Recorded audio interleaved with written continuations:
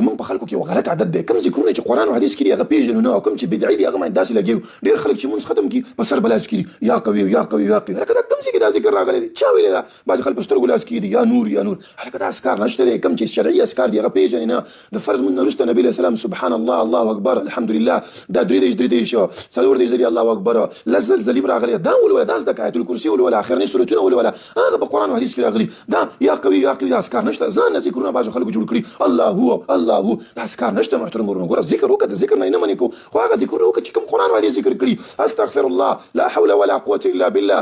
سبحان الله وبحمده، همداسې نور اذکار چې راغلي هغه ولوله. بدعي اذکارونه ځان ساته چې نه دین شته دی پکې، او بېدیني په دې معنی باندې چې بدعت دی، او بدعت د نبي علیه السلام په حدیثو کې چې تاسو وګورئ، نبي صلی الله علیه وسلم فرمایي چې شر الامور محدثاتها، بدترین کار هغه دی چې په دین کې بدعت وشي.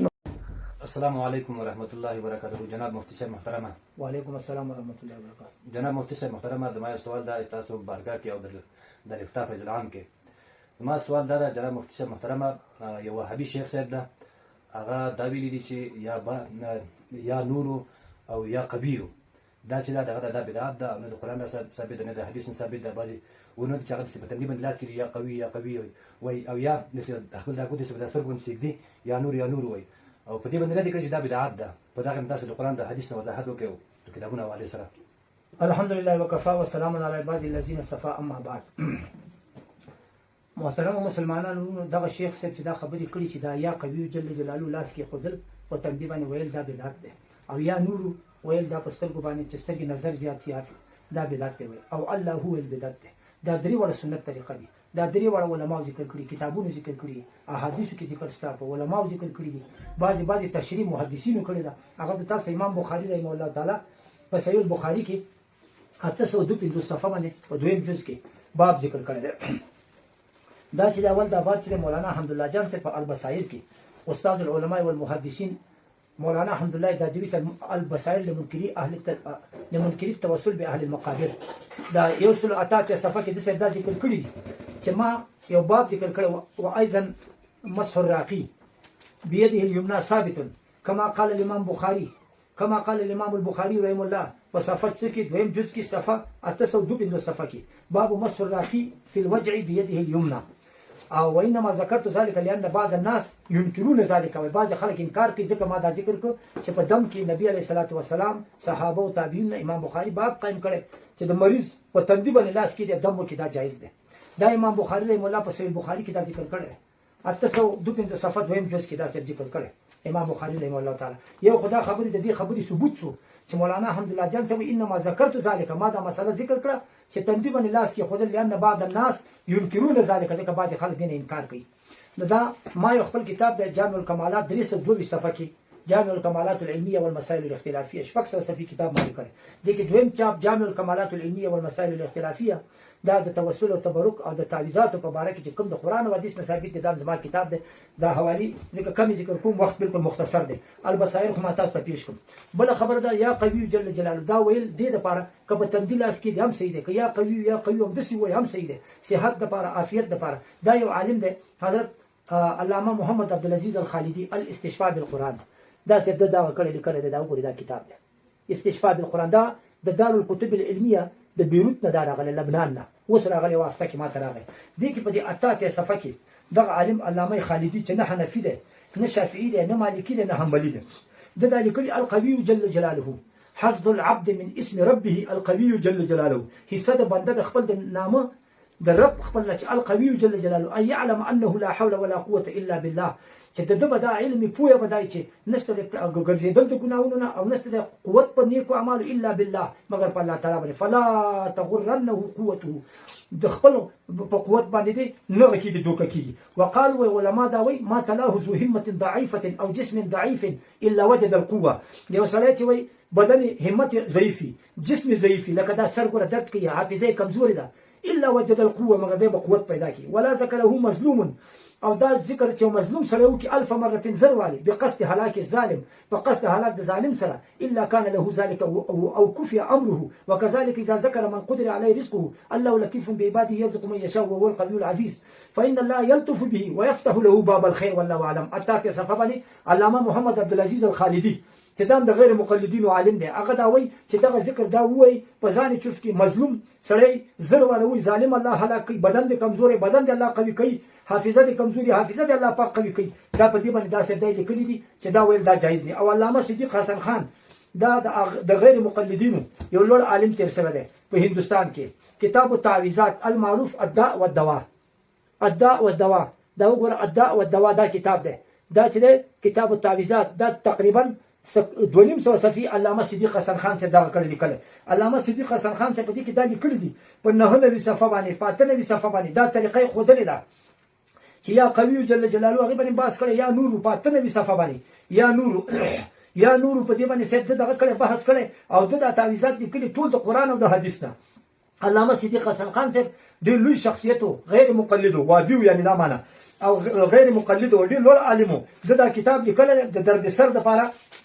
آیاتونه لیکلي دي په 99 صفحه 99 صفحه باندې بیا هغه نه بعد دعاګانې لیکلي دي بیا په 99 صفحه باندې دا لیکلي دي چې دا د سترګو د درد لپاره اذهبوا بقميص هذا دا آياتنا لكل فكشفنا عنك غطاءك فبصرك اليوم عديد للذين امنوا هدى وشفاء نبي صفحه دایم لیکلي چې لیس بن سعد فرمای چې ما عقبه بن عامر ولید چې هغه وړوندو سو اخبات مې ولید چې هغه رکلو جوړ ما ته څنګه جوړ شي وای ما ته یو د خدای ولی په خوب کې راغی ما ته ویل چې یا قریب یا مجيب یا سميع الدعاء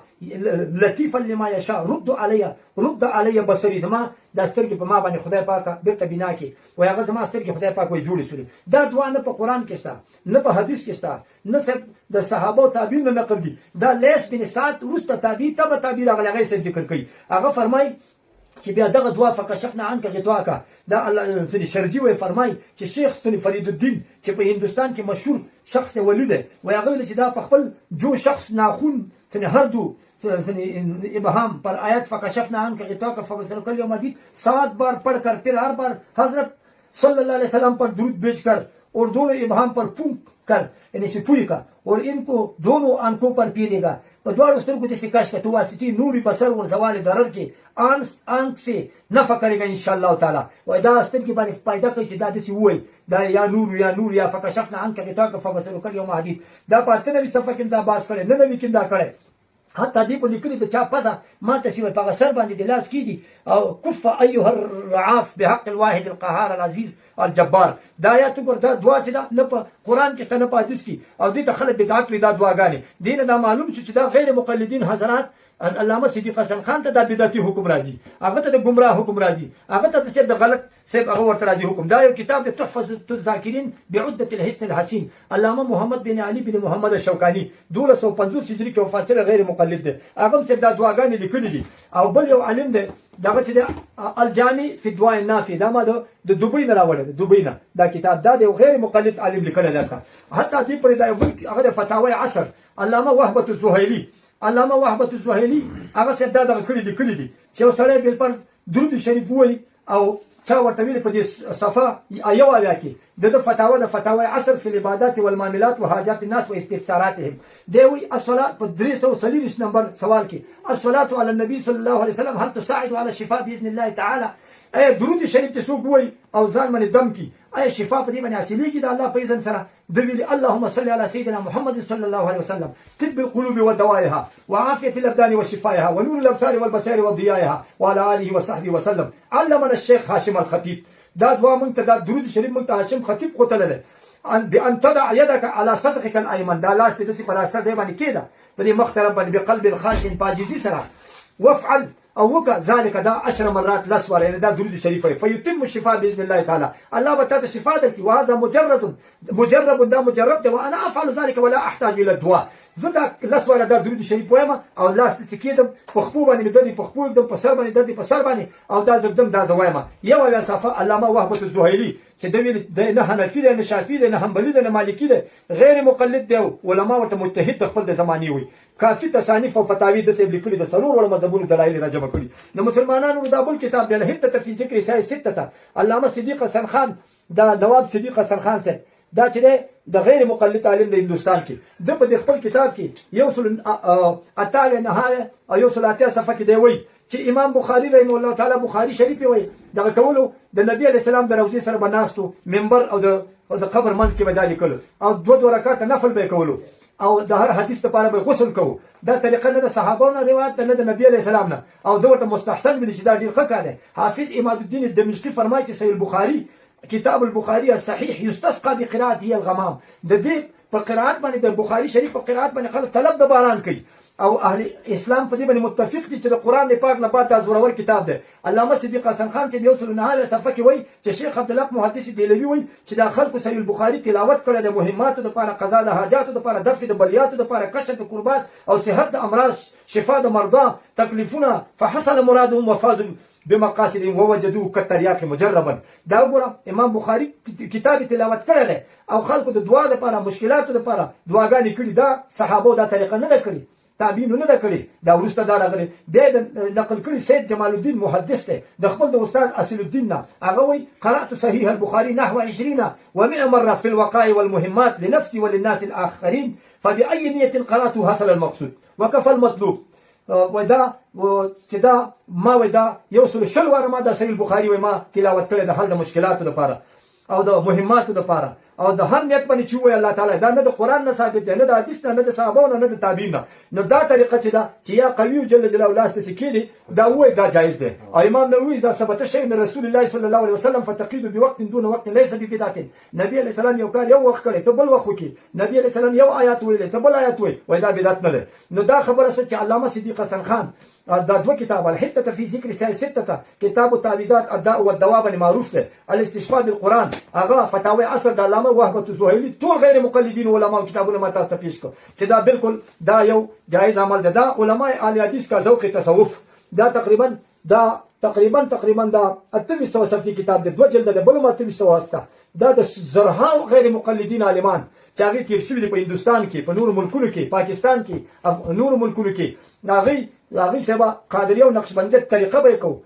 خلفات تیر شوي دي علما تیر شوي دي او هغه سبا دا کتابونه دا سبب دا دمونه دا دعاګانې دا تعویذونه دا آیاتونه غیر حدیث غیر د محدثینو اقوال ذکر کړي دمونه کړي دي د مسلمانانو د شفا لپاره دا سدا حوالی دا د جلدونه بل یا نور جل جلاله اتنوي صفه باندې دا حافظ سره سوال وکړو هغه کوم د عالم دا لیکلي چې دا یا نور جل جلاله دا ویلو مې دا بالکل دا جایز دي او څنګه جایز دي دي كده ذكر كل ونبي صفه واتنبي صفكي النور جل جلاله حسب العبد من اسم ربه النور جل جلاله أن ينور قلبه وجوارحه ويجعل هذه مادية وإن كان صاحب حال صادقة ظهر النور من قلبه على وجهه وصار يخرج النور من فمه في حال الذكر ومن أكثر من اسم النور النافي فإن فيهما سر الإمداد بالحياة باطنا وظاهرا وإذا تسوق يا نور ديروي شانوشای کشمیری رحمت الله علیه د هندستان عالم ده هغه په عملیات کشمیری کې لیکلي دي چې دا یا نور سو کوی بیا تل سوار یا یو شوار بیا په خپل سترګ باندې چوف کې لاړې تو کې الله تعالی به داسته کې جوړ کی کمزوري یا دید کمزوري نظر کمزوري دی لیکلي او بیا د لیکلي چې څوک دا النور جل جلاله ډیر و یا نور الله تعالی به زړه کې به نور راولي خوشحالي به راولي مخ به نورانی شي باطن او ظاهر به برابر شي د الله د خوانه مدد ومن اکثر من اسم النور في بيت المسلم وعيناه مغلوقتان والى ان يغلب عليه حاله شاهد انوارا عجيبه تملا قلبه وهو اسم شريف يصلح لارباب المكاشفات والبصائر واللوالم وکچا په تور شپه کې یا نور ډیر ویلې او د دستګې څخه پټې وي د باندې حال راغی وای زړه به ډک شي د عجایبونه او دا یو شریف نوم دی د ارباب د مکاشفات او د خوندانو د بصائر لپاره واللوالم ونه یا تنوي صفه کې د عالم داسې به کړی ذکر کړی دا عالم داسې به کړی ذکر کړی دا به وګوري دا کتاب او بل خبره چې الله هو حافظ صاحب سوال وکړ چې الله هو دا په دریو صفه باندې د عالم ذکر کړی چې دا بالکل دا جایز ده یا الله دا سم جایز ده هغه سم جایز ده ګوره وفإن كنت عاصيا كغنانغار تقول يا تواب تب علي خدای په ما رجوع کو د توبه زما توبه قبول کړه وإن كنت مريضا تقول هو يا شافي اشفني وإن كنت ضعيفا تقول يا قوي قويني او کچې ته ضعیف في بدن دې ضعیف یا قوي قويني دا هو لاس کې دا په مغه درد په ځای باندې وهلم مجرا د اخر کې چې الله جل جلاله قالوا من قرأ هذا الاسم 1000 مرة بلفظ يا الله يا هو دغه علماء وي دا غیر مقلد عالم وي چې څوک زر واره يا الله يا هو وي فإنه يؤتى كمال اليقين وهو استقرار الإيمان والمعرفة في القلب والعالم الله با کمال د یقین وتنصیب کی زړه کې به ایمان مضبوط شي معرفت په زړه کې ډیر زیات شي چې دا څوک وي یا الله او یا هو دا وي نو الله هو علم جائز ده الله دا ول جائز ده دا اسم مفرد په معنا د مرکب سره ده الله خالقي الله رازقي الله خالقي الله معبودي دا مفرد هغه په معنا د مرکب سره دی نو ځکه دا عالم دا لیکلي علامه عبدالعزیز خالدي دا په استشفاء بالقرآن باندې دا لیکلي دي نو مسلمانانو نور حوالې ډېر شته د دغه عالم سړي دا موږ دا جواب وکړو چې یا قوي جل جلاله دا صحیح دی او یا نور صحیح دی یا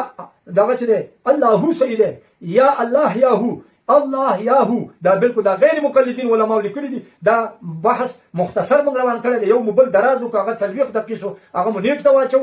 خپل دغه ته واچو یوټیوب ته دا چې خپل پیج ته اچو دا دغه شیخ صاحب د خبرو دا جواب دی چې دا کار بدعت نه دی دا ناروا پاتې دا خبره چې ته استغفر الله دی وای سبحان الله وبحمده دی وای آیت کرسی دی وای لا حول ولا قوت الا بالله دی وای اخري سورتونه دی وای دا ټول مسلم دي دا چا انکار کړی دی دا خو د هر شي لپاره لكل فن رجال ولكل مقام مقال دا هر مقام خپل وینا وي دا هر فن خپل رجال وي دا هر دم ډیر آیاتونه به ته وایي هغه باندې به بیمار نه جوړیږي بل چې کوم آیات دغه شي لپاره راغلی چې یو واري وایي خدای پاک ورته شفا ورکوي واخر دعوانا الحمد لله رب العالمين اللهم ارنا الحق حقا وارزقنا اتباعه وحبب الينا وارنا الباطل باطلا وارزقنا اجتنابه وكره الينا نو مسلمانان ورونو خپل ذکرونه کوي بالکل چا په خبرو مخه تاوځي چې دا بدعت ده دا شرک ده دا گمراهي ده دا دست دا ناروا ده دا خپل غیر مقلدین علما کتابونه ما ورته پیش کړو د دې جواب کې تر ورځې قیامت پر جواب نشي کولای ولو کان بعضهم لبعض ظهيرا فالله خير حافظا وهو ارحم الراحمين